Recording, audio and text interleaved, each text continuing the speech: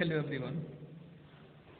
कल हमने BSc second year में जो टॉपिक डिस्कस कर रहे थे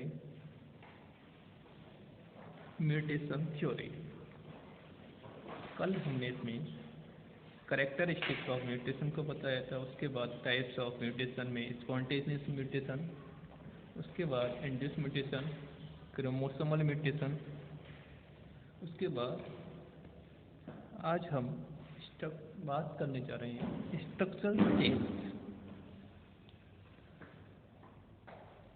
इनका प्रभाव किसी भी क्रोमोसोम्स में जीन्स के अरेंजमेंट पर डिफिशियंसी या डिले। जब किसी क्रोमोसोम्स में या तो एक जीन या जीन्स का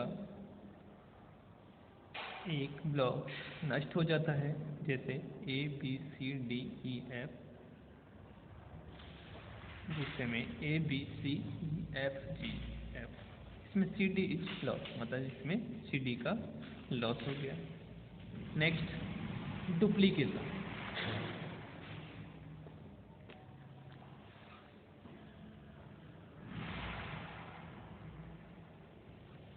इसमें जीन्स का एक ब्लॉक एक क्रोमोसोम्स में 2 बार रिप्रेजेंट हो जाता है।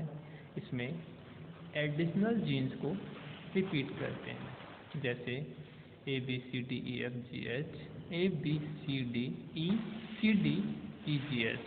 इसमें जो सी डी ई है उसका रिपीटिशन हो रहा है। Next translocation.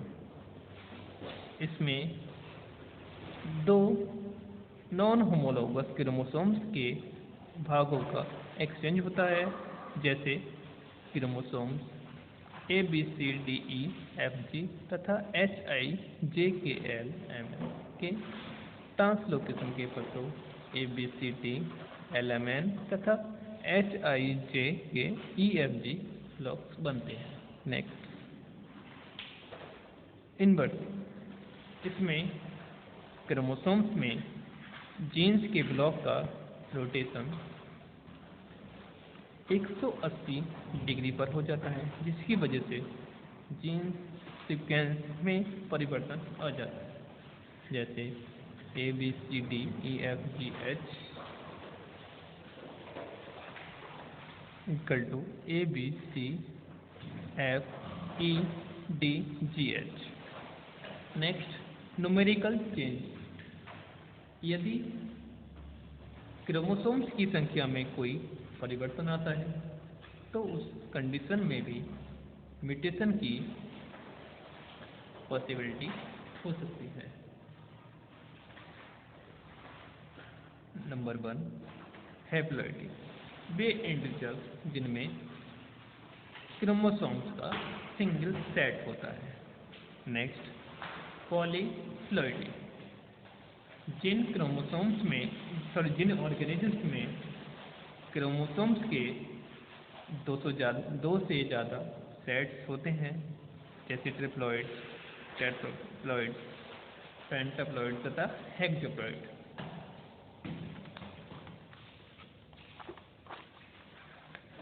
नेक्स्ट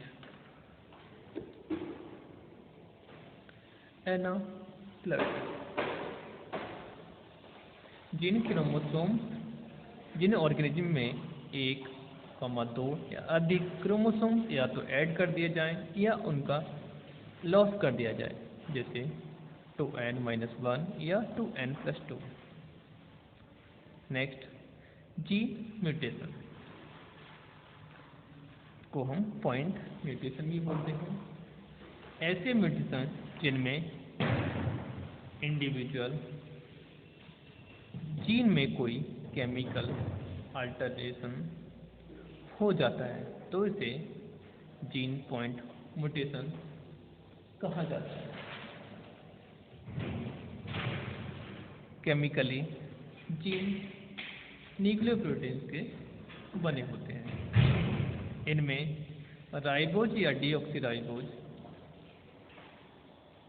शुगर के अलावा नाइट्रोजनस बेस प्यूरेंस या पिरामिडिन्स के रूप में होते हैं।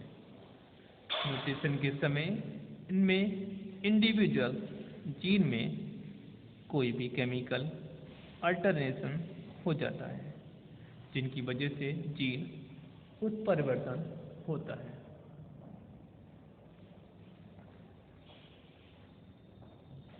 इस म्यूटेशन में कुछ स्पेसिफिक कैरेक्टरिस्टिक्स पाई जाती हैं। प्रत्येक जीन में एक कैरेक्टरिस्टिक म्यूटेशन रेट होता है। एक जीन में एक से अधिक टाइप के म्यूटेशन पॉसिबल होते हैं।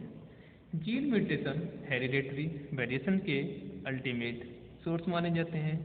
जीन म्यूटेशन में बैटसन ने बताया कि कभी कभी बेसिस की पेयरिंग में मिस्टेक हो जाती है। यह संभावना डीएनए के डुप्लीकेशन के दौरान बनती है। म्यूटेशन की निम्न पॉसिबिलिटी है। नंबर 1, कई प्यूरिन व पिरामिडिन सेल्स के डीएनए में पाए जाने वाले बेसिस से कुछ भिन्न हो जाते हैं। कई बार कुछ बायोकेमिकल रिएक्शन के फलस्वरूप उनके नेचुरल सब्सटेंस में एनालॉगस कंडीशन आ जाती है। फॉर एग्जाम्पल,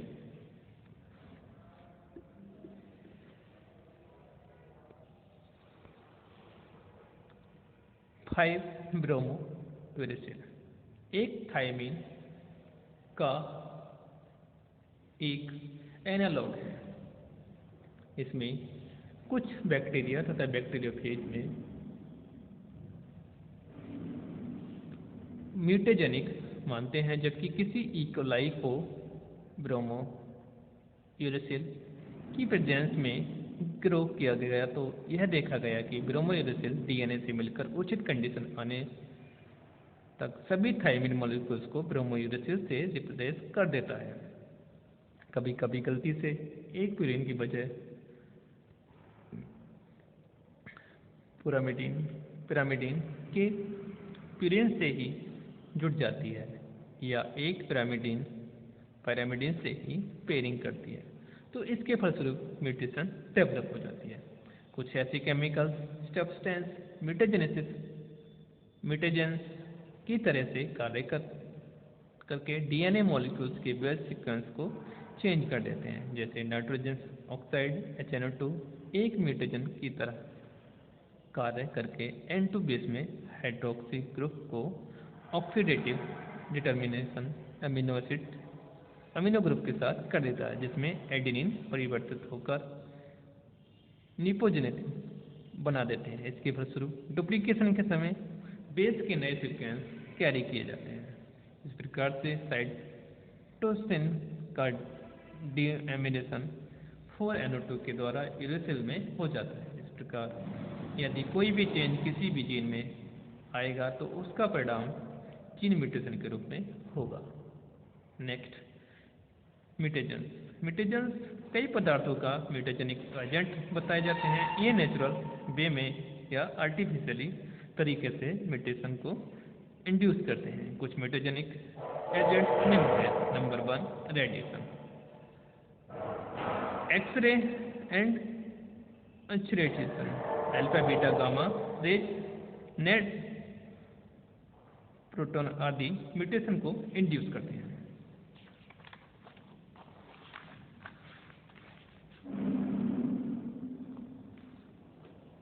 अल्ट्रावायलेट रेज को भी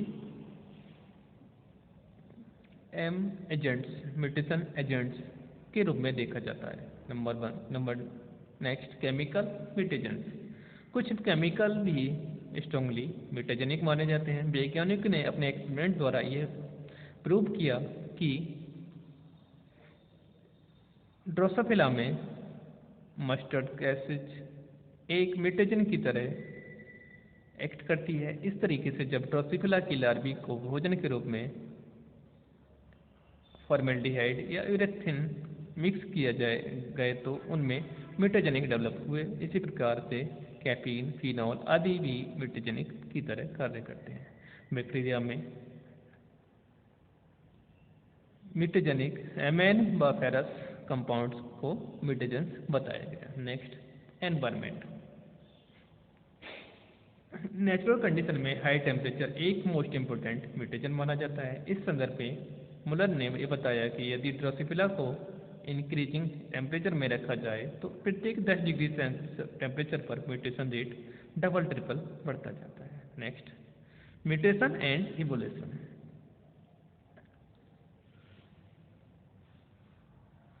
म्यूटेशन को इवोल्यूशन का रॉ मटेरियल बताया गया था। निस्संदेह natural selection, genetic drifting, isolation आदि म्यूटेशन को अप्रोच करते हैं, जिससे पॉपुलेशन में विभिन्नताएं आती हैं।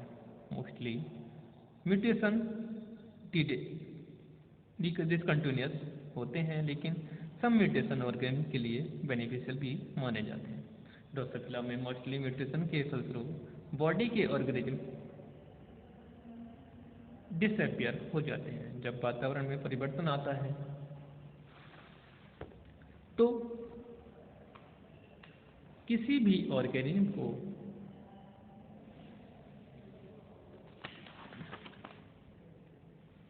एडेप्टेज में भी चेंज दिखता है।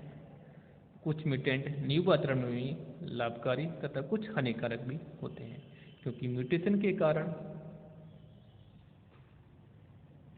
ऑर्गेनिज्म के जीनोटाइप में परिवर्तन आ जाता है। ये निश्चित है कि किसी भी स्पीशीज में सर्वाइवल हेतु म्यूटेशन इम्पोर्टेंट रोल प्ले करता है। तो आज हमने बीएससी सेकेंड ईयर में इवोल्यूशन के अंतर्गत टॉपिक डिस्कस किया, म्यूटेशन। कल हम बीएससी सेकेंड ईयर में पेपर